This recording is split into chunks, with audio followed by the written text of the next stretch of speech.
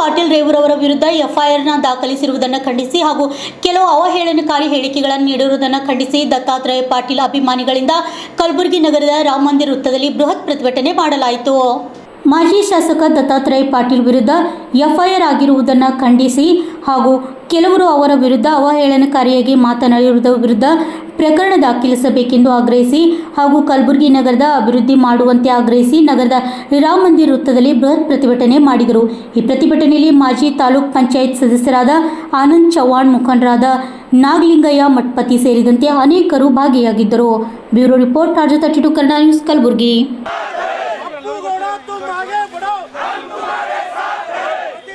ಅವಕಾಶ ಮಾಡಿಕೊಡದ ಭ್ರಷ್ಟ ರಾಜ್ಯ ಕಾಂಗ್ರೆಸ್ ಸರ್ಕಾರಕ್ಕೆ ಪ್ರತಿಭಟನೆಗೆ ಅವಕಾಶ ಮಾಡಿಕೊಡದ ಭ್ರಷ್ಟ ರಾಜ್ಯ ಕಾಂಗ್ರೆಸ್ ಬೇಕೇ ಬೇಕು, ಬೇಕೇ ಬೇಕು. ಎಲ್ಲಿವರೆಗೂ ಹೋರಾಟ?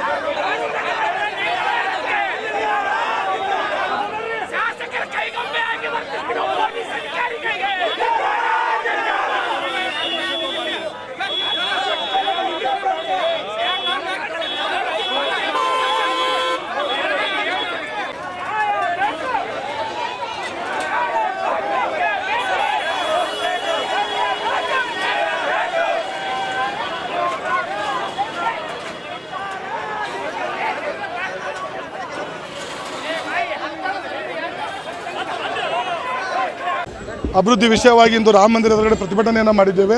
ಸುಮಾರು ಸಾವಿರಾರು ಸಂಖ್ಯೆಯಲ್ಲಿ ಪ್ರತಿಭಟನೆಯಲ್ಲಿ ಪಕ್ಷದ ಮುಖಂಡರಾಗಿರ್ಬೋದು, ನಾಗರಿಕರಾಗಿರ್ಬೋದು, ಎಲ್ಲರೂ ಭಾಗವಹಿಸಿರುವಂಥದ್ದು. ಇಲ್ಲಿ ಅಭಿವೃದ್ಧಿ ವಿಷಯವಾಗಿ ಒಂದು ಪ್ರತಿಭಟನೆಯಾಗಿದೆ. ಇಲ್ಲಿ ಶಾಸಕರಾಗಲಿ ಪಾಲಿಕೆ ಅಧಿಕಾರಿಗಳಾಗಲಿ ಯಾರೂ ಬಂದಿಲ್ಲ. ಅದನ್ನು ಪ್ರತಿಭಟನಾಕಾರರು ದಂಡಿಸಿ ರಾಮ ಮಂದಿರ ಸರ್ಕಲ್ನಲ್ಲಿ ನಾವು ಪ್ರತಿಭಟನೆಯನ್ನು ಮಾಡಲಿಕ್ಕೆ ನಮ್ಮ ಪೊಲೀಸರು ತಡೆ ಹಿಡಿದಿರುವಂಥದ್ದು. ದಯಮಾಡಿ ಈ ಮೂಲಕ ಮಾಧ್ಯಮದ ಮೂಲಕ ನಾವು ಆಗ್ರಹವನ್ನು ಮಾಡ್ತೇವೆ.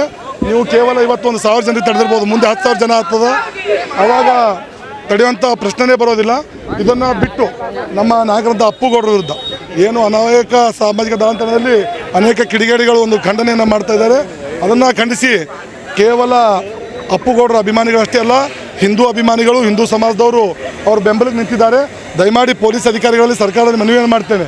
ನಮ್ಮ ಶಾಸಕರ ಮೇಲಿನ ದತ್ತಾತ್ರೇಯ ಪಾಟೀಲ್ ರೇವೂರವ್ರ ಮೇಲಿನ ಒಂದು ಎಫ್ಐಆರ್ನ ವಾಪಸ್ ತೆಗೆದುಕೊಳ್ಬೇಕು. ಆ ಕಿಡಿಗೇಡಿಗಳ ಮೇಲೆ ಎಫ್ಐಆರ್ ಮಾಡಬೇಕು. ಇಲ್ಲ ಅಂತಂದ್ರೆ ಇವತ್ತು 1,000 ಆಗ್ಯದ, ನಾಳೆಗೆ 10,000 ಆಗ್ತದೆ. ದಯಮಾಡಿ ಜನ ಇದು ಆಗೋಕ್ಕಿಂತ ಮೊದಲು ತಾವು ಇದನ್ನು ಎಚ್ಚೆತ್ತುಕೊಳ್ಬೇಕು. ಮತ್ತು ಮುಖ್ಯವಾಗಿ ಇನ್ನು ಅಭಿವೃದ್ಧಿ ವಿಷಯಕ್ಕೋಸ್ಕರ ಇಷ್ಟು ಜನ ಹೆಣ್ಮಕ್ಳು, ತಾಯಂದರು, ಹಿರಿಯರು ಎಲ್ಲರೂ ಬಂದಾರ. ಅದರ ಪಾಲಿಕೆ ಅಧಿಕಾರಿಗಳು ಒಂದು ತಾಸು ತಡ ಮಾಡಿ ಕೇವಲ ಅಧಿಕಾರಿಗಳು ಬಂದಾರ.